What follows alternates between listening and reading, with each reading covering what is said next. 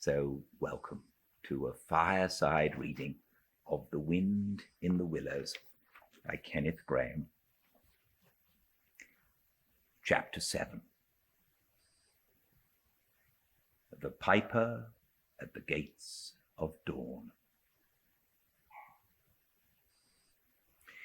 The willow wren was twittering his thin little song, hidden himself in the dark selvage of the riverbank. Though it was past 10 o'clock at night, the sky still clung to and retained some lingering skirts of light from the departed day, and the sullen heats of the torrid afternoon broke up and rolled away at the dispersing touch of the cool fingers of the short midsummer night. Mole lay stretched on the bank, still panting from the stress of the fierce day that had been cloudless from dawn to late sunset, and waited for his friend to return. He had been on the river with some companions, leaving the water rat free to keep an engagement of long standing with Otter, and he had come back to find the house dark and deserted, and no sign of Rat, who was doubtless keeping it up late with his old comrade. It was still too hot to think of staying indoors, so he lay on some cool dock leaves and thought over the past day and its doings, and how very good they all had been. The rat's light footfall was presently heard approaching over the parched grass. "Oh, the blessed coolness," he said, and sat down, gazing thoughtfully into the river, silent and preoccupied. "You stayed to supper, of course?" said the mole presently. "Simply had to," said the rat. "They wouldn't hear of my going before. You know how kind they always are. And they made things as jolly for me as ever they could, right up to the moment I left. But I felt a brute all the time, as it was clear to me they were very unhappy, though they tried to hide it. Mole, I'm afraid they're in trouble. Little Portly is missing again, and you know what a lot his father thinks of him, though he never says much about it." "What, that child?" said the mole lightly. "Well, I suppose he is. Why worry about it? He's always straying off and getting lost and turning up again. He's so adventurous. But no harm ever happens to him. Everybody hereabouts knows him and likes him, just as they do old Otter. And you may be sure some animal or other will come across him and bring him back again all right. Why, we found him ourselves miles from home, and quite self-possessed and cheerful." "Yes, but this time it's more serious," said the rat gravely. "He's been missing for some days now, and the otters have hunted everywhere, high and low, without finding the slightest trace. And they've asked every animal, too, for miles around, and no one knows anything about him. Otter's evidently more anxious than he'll admit. I got out of him that young Portly hasn't learnt to swim very well yet, and I can see he's thinking of the weir. There's a lot of water coming down still, considering the time of the year, and the place always had a fascination for the child. And then there are, well, traps and things. You know, Otter's not the fellow to be nervous about any son of his before it's time, and now he is nervous. When I left, he came out with me, said he wanted some air, and talked about stretching his legs, but I could see it wasn't that, so I drew him out and pumped him and got it all from him at last. He was going to spend the night watching by the ford. You know, the place where the old ford used to be in bygone days before they built the bridge." "I know it well," said the mole. "But why should Otter choose to watch there?" "Well, it seems that it was there he gave Portly his first swimming lesson," continued the rat, "from that shallow, gravelly spit near the bank, and it was there he used to teach him fishing, and there young Portly caught his first fish, of which he was so very proud. The child loved the spot, and Otter thinks that if he came wandering back from wherever he is, if he is anywhere by this time, poor little chap, he might make for the ford he was so fond of. Or if he came across it, he'd remember it well and stop there and play, perhaps. So Otter goes there every night and watches, on the chance, just on the chance. They were silent for a time, both thinking of the same thing, the lonely, heart-sore animal crouched by the ford, watching and waiting, the long night through, on the chance. Well, said the rat presently, I suppose we ought to be thinking about turning in. But he never offered to move. Rat, said the mole, I simply can't go and turn in go to sleep and do nothing, even though there doesn't seem to be anything to be done. We'll get the boat out and paddle upstream. The moon will be up in an hour or so, and then we will search as well as we can. Anyhow, it will be better than going to bed and doing nothing. Just what I was thinking myself, said the rat. It's not the sort of night for bed, anyhow, and daybreak is not so very far off, and then we may pick up some news of him from early risers as we go along. They got the boat out, and the rat took the sculls, paddling with caution. Out in midstream there was a clear, narrow track that faintly reflected the sky, but wherever shadows fell on the water from bank, bush, or tree, they were as solid to all appearance as the banks themselves, and the mole had to steer with judgment accordingly. Dark and deserted as it was, the night was full of small noises, song and chatter and rustling, telling of the busy little population who were up and about, plying their trades and vocations through the night, till sunshine should fall on them at last and send them off to their well-earned repose. The water's own noises, too, were more apparent than by day, its gurglings and cloops more unexpected and near at hand. And constantly they started at what seemed a sudden, clear call from an actual, articulate voice. The line of the horizon was clear and hard against the sky, and in one particular quarter it showed black against a silvery climbing phosphorescence that grew and grew.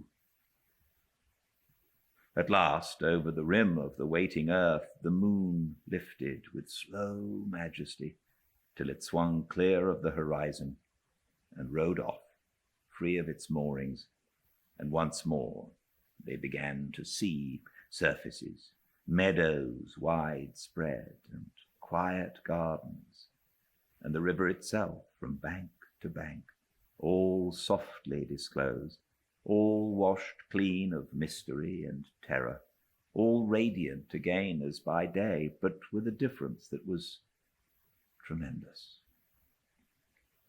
Their old haunts greeted them again in other raiment, as if they had slipped away and put on this new apparel and come quietly back, smiling as they shyly waited to see if they would be recognized again under it.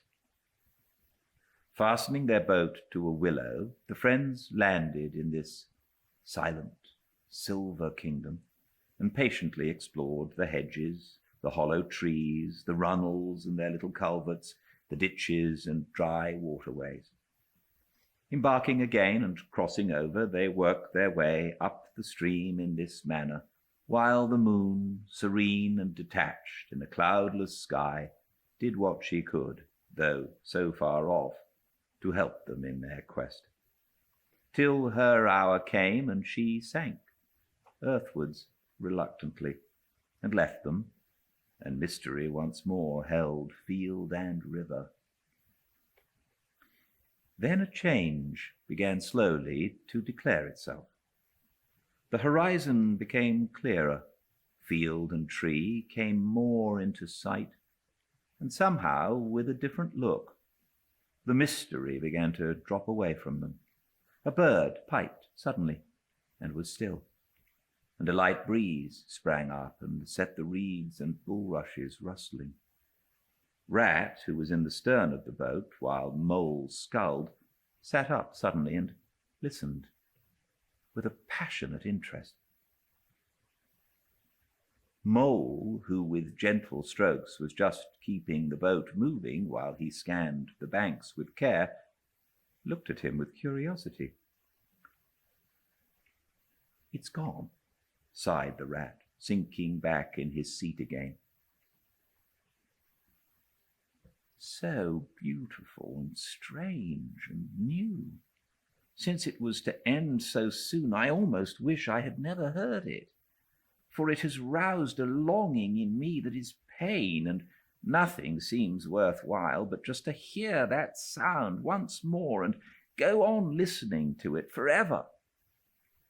No, there it is again," he cried, alert once more. Entranced, he was silent for a long space, spellbound. "Now it passes on and I begin to lose it," he said presently. "Oh, Mole, the beauty of it, the merry bubble and joy, the thin, clear, happy call of the distant piping. Such music I never dreamed of, and the call in it is stronger even than the music is sweet. Row on, Mole, row, for the music and the call must be for us." The Mole, greatly wondering, obeyed. "I hear nothing myself," he said, "but the wind playing in the reeds and rushes and osiers." The rat never answered, if indeed he heard.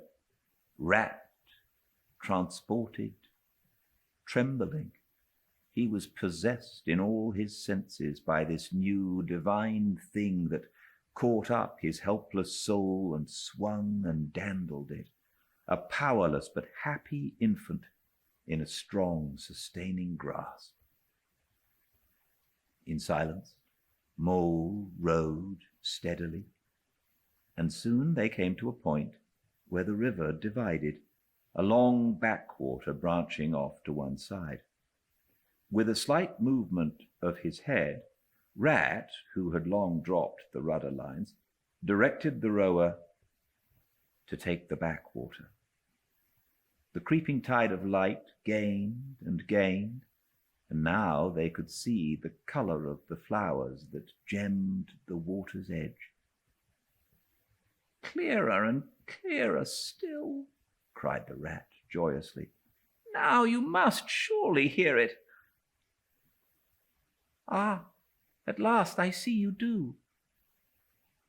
Breathless and transfixed, the Mole stopped rowing as the liquid run of that glad piping broke on him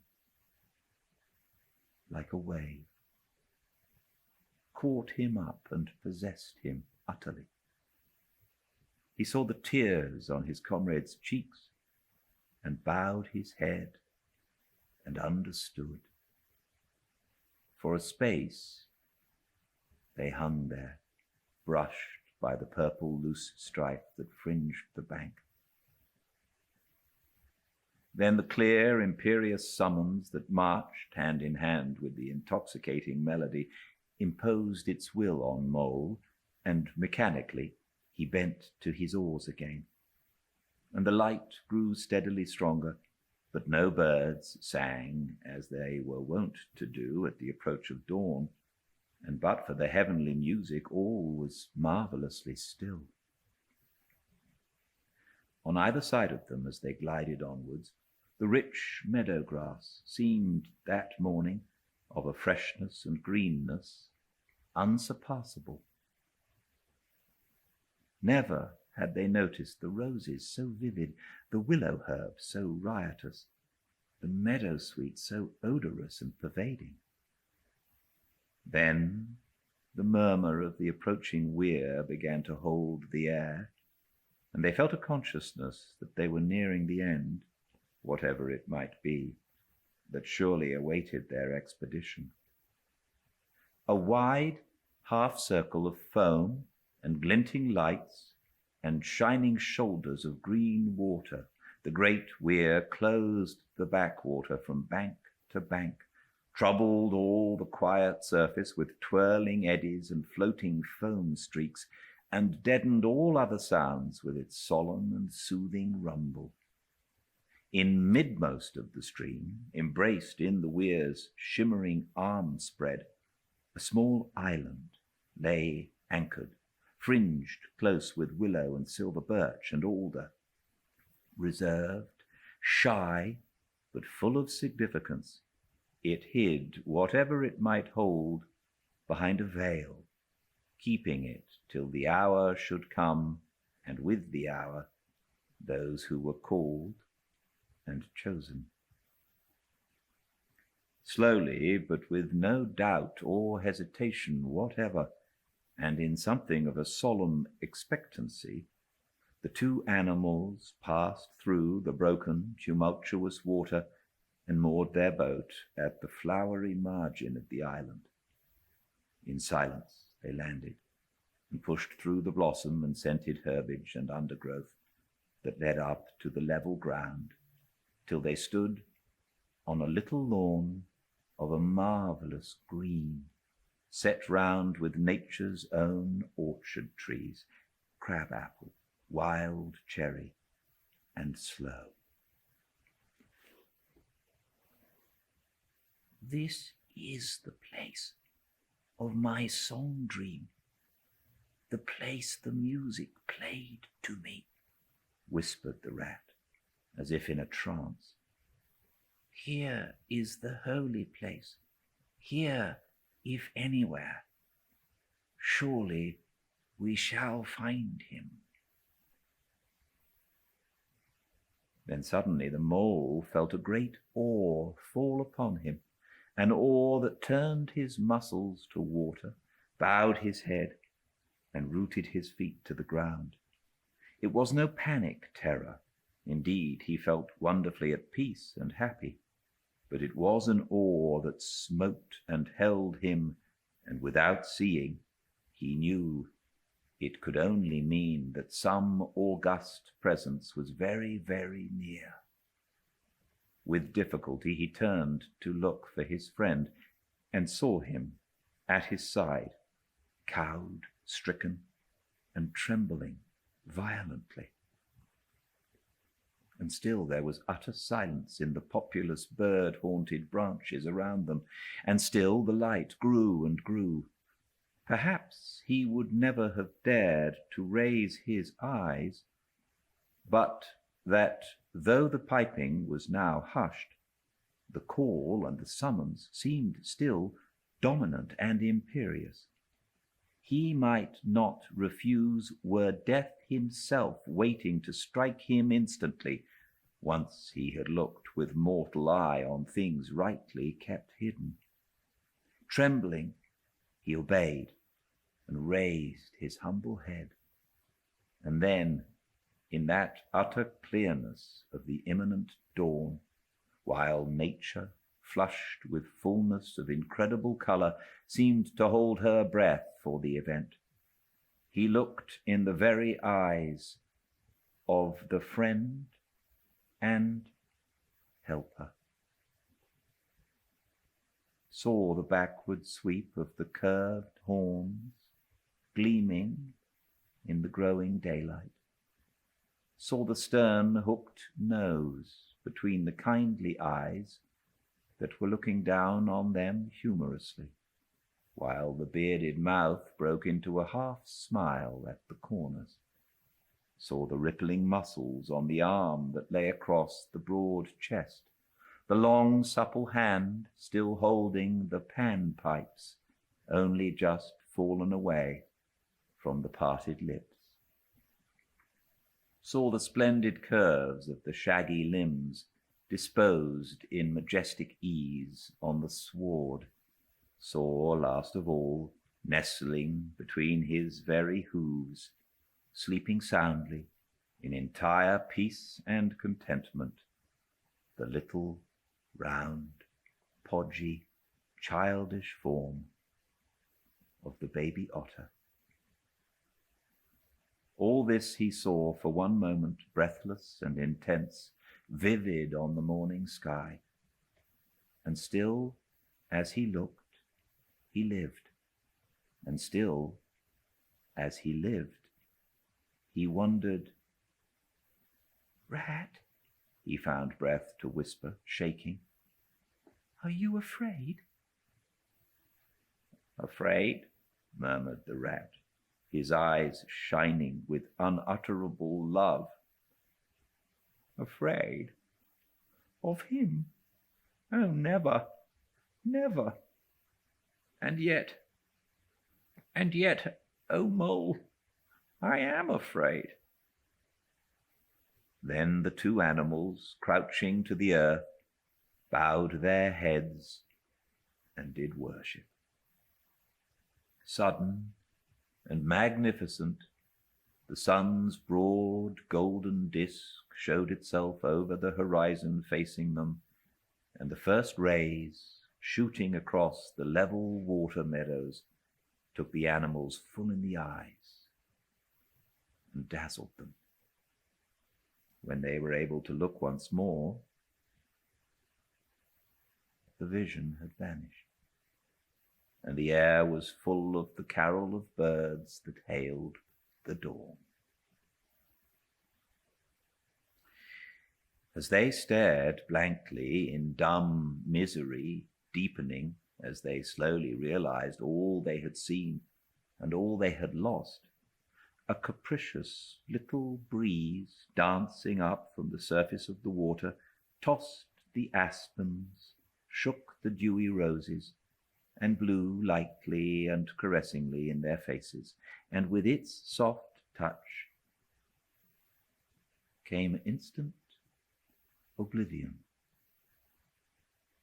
For this is the last, best gift that the kindly demigod is careful to bestow on those to whom he has revealed himself in their helping, the gift of forgetfulness, lest the awful remembrance should remain and grow and overshadow mirth and pleasure, and the great haunting memory should spoil all the afterlives of little animals helped out of difficulties, in order that they should be happy and light-hearted as before.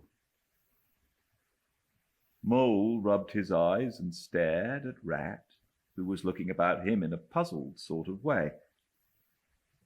"I beg your pardon, what did you say, Rat?" he asked. "I think I was only remarking," said Rat slowly, "that this was the right sort of place, and that here, if anywhere we should find him. And look, why, there he is, the little fellow!" And with a cry of delight he ran towards the slumbering Portly. But Mole stood still a moment, held in thought, as one wakened suddenly from a beautiful dream, who struggles to recall it and can recapture nothing but a dim sense of the beauty of it. The beauty.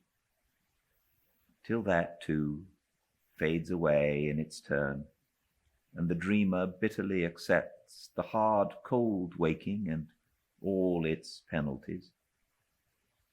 So Mole, after struggling with his memory for a brief space, shook his head sadly and followed the Rat. Portly woke up with a joyous squeak and wriggled with pleasure at the sight of his father's friends who had played with him so often in past days. In a moment, however, his face grew blank, and he fell to hunting round in a circle with pleading whine, as a child that has fallen happily asleep in its nurse's arms, and wakes to find itself alone and laid in a strange place, and searches corners and cupboards, and runs from room to room, despair growing silently in its heart. Even so Portly searched the island, and searched, dogged and unwearying, till at last, The black moment came for giving it up and sitting down and crying bitterly. The mole ran quickly to comfort the little animal, but Rat, lingering, looked long and doubtfully at certain hoof marks deep in the sward. Some great animal has been here, he murmured slowly and thoughtfully, and stood musing, his mind strangely stirred. "Come along, Rat," called the mole. "Think of poor Otter waiting up there by the ford."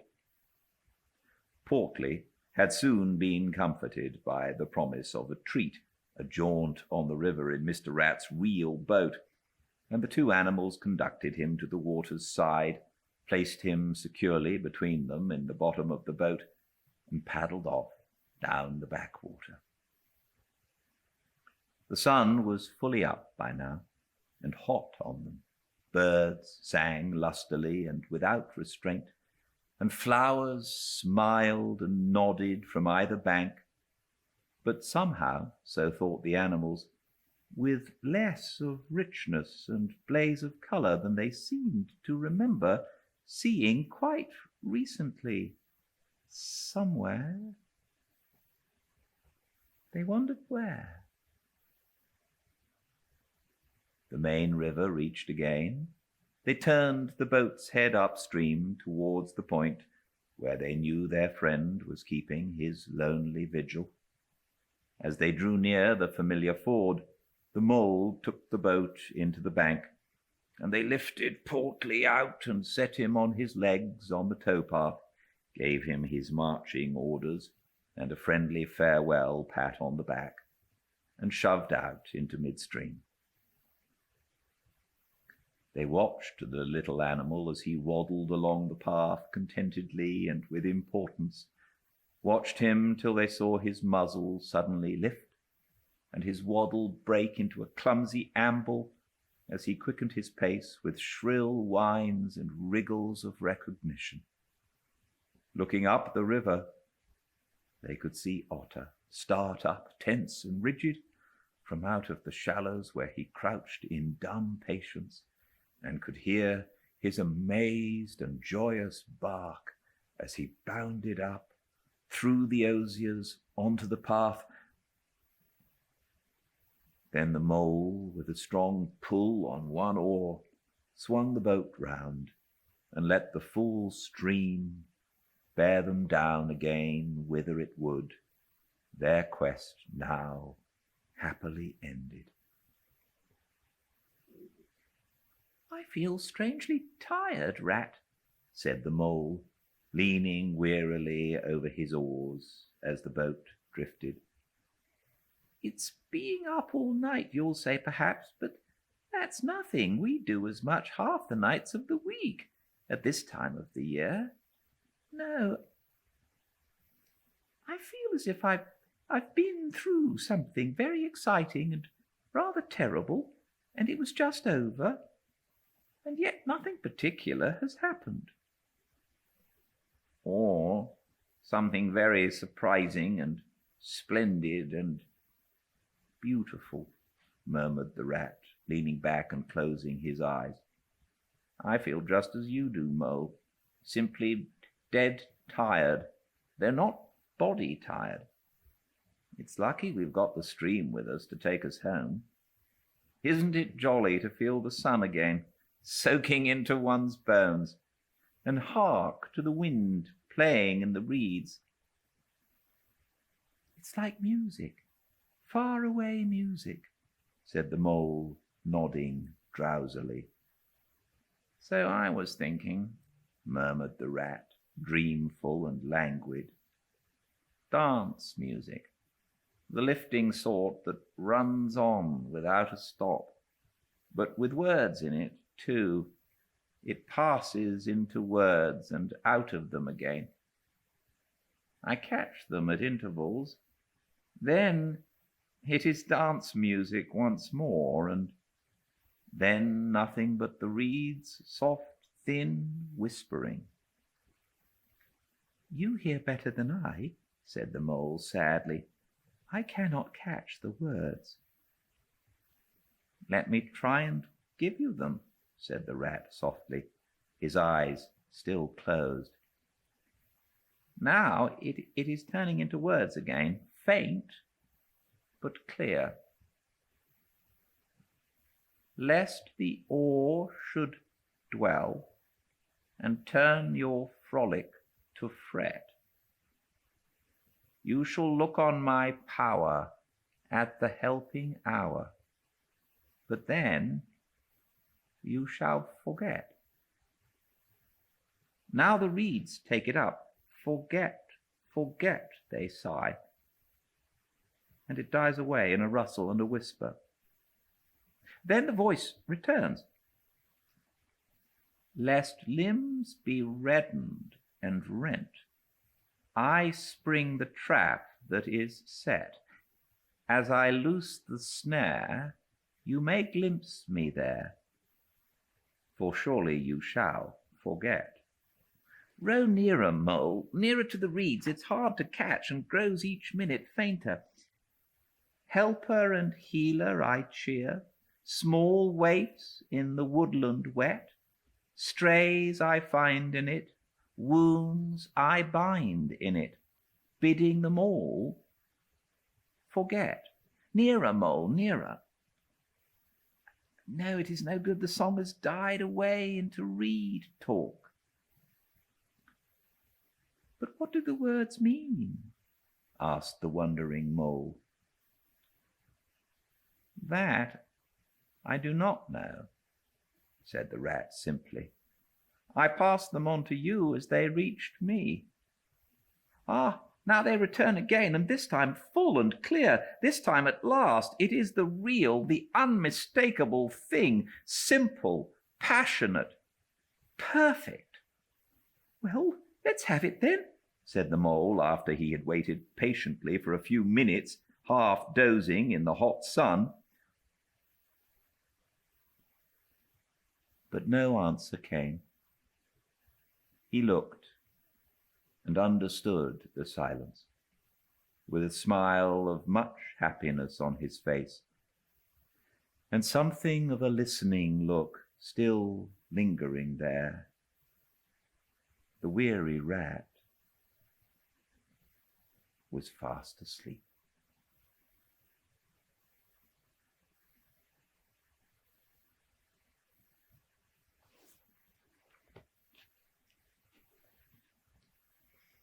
Thank you for joining me.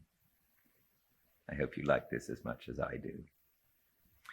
I look forward very much to seeing you not tomorrow or the day after, but on Monday next. All these chapters, but that's on Instagram, at Fireside Reading. However, all these chapters you will find on the YouTube channel, Fireside Reading.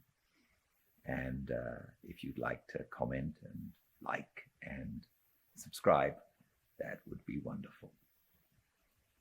I very much look forward to seeing you all very soon. Until then, please be very well. Good night.